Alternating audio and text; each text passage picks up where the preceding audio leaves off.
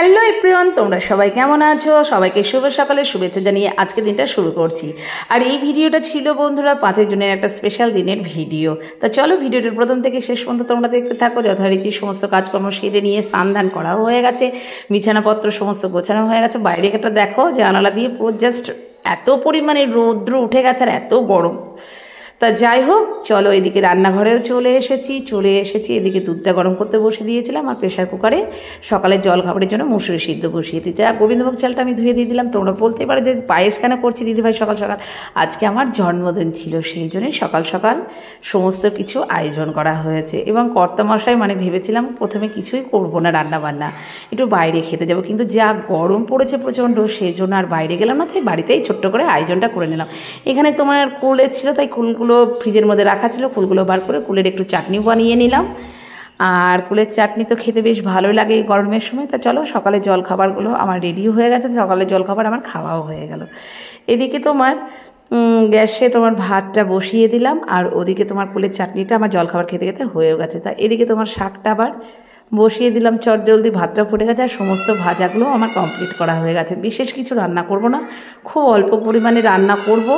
আর এখানে তোমার কাতলা পোস্ত করব, কাতলা মাছের পোস্ত বানাবো। আর এখানে বানাবো চিকেনের একটা অন্য নতুন রেসিপি বানাবো আজকে, চিকেন দো পেঁয়াজা। কারণ বড়মশাই আলু দিয়ে চিকেনের ঝোল খাবেন না, সেই জন্য একটু অন্যরকমভাবে চিকেনটা বানাচ্ছি।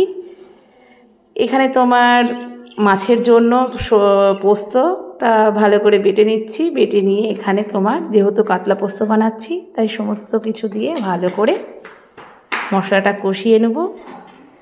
এদিকে তোমার কড়াইতে তেল গরম করে নিয়েছি। তেল গরম করে নিয়ে যেহেতু চিকেন দো পেঁয়াজা বানাবো, সেখানে এর জন্য চিকেনে একটু পেঁয়াজের পরিমাণটা বেশিই লাগবে। তা গোটা গরম মশলা দিয়ে তোমার চিকেনটা ভাজতে বসে দিয়েছি। এদিকে তোমার মশলার পেস্ট, আদা রসুন পেঁয়াজ কাঁচা লঙ্কা গোটা ধনে গোটা জিরে সমস্ত কিছু দিয়ে একসাথে পেস্ট বানিয়ে নেব। আর এদিকে আমার মাছটাও তোমার অনেক রেডি হয়ে গেছে। এবার আমার কাতলা মাছটাও তোমার রেডি হয়ে গেছে, এবার আমি নামিয়ে নেব। আর এদিকে তোমার চিকেন দো পেঁয়াজের যে মশলাটা, সেটা একটু ভালো করে কষিয়ে নেবো। এদিকে দেখতেই পাচ্ছ বন্ধুরা, যখন তেলটা ছেড়ে গেছে তখন আমি চিকেনটা দিয়ে দেবো।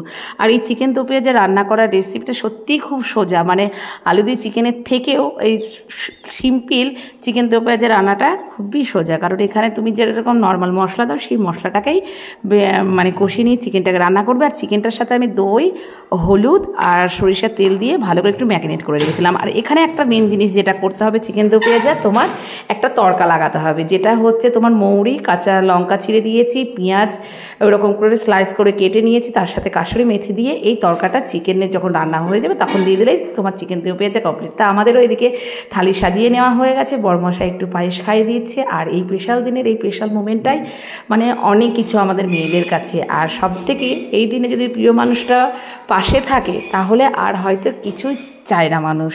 তা আমার দিনটা বেশ ভালোই কেটেছিল, খুব আনন্দ করে আজকে দিনটা কাটলো। সেই মোমেন্টটাই তোমাদের সাথে আজকে বন্ধুরা শেয়ার করলাম। তা ভিডিওটা কেমন হয়েছে বন্ধুরা অবশ্যই তোমরা কমেন্ট করে জানিও। টাটা বন্ধুরা, সকলে খুব ভালো থেকো, সুস্থ থেকো। দেখা হবে আবার নেক্সট ভিডিওতে।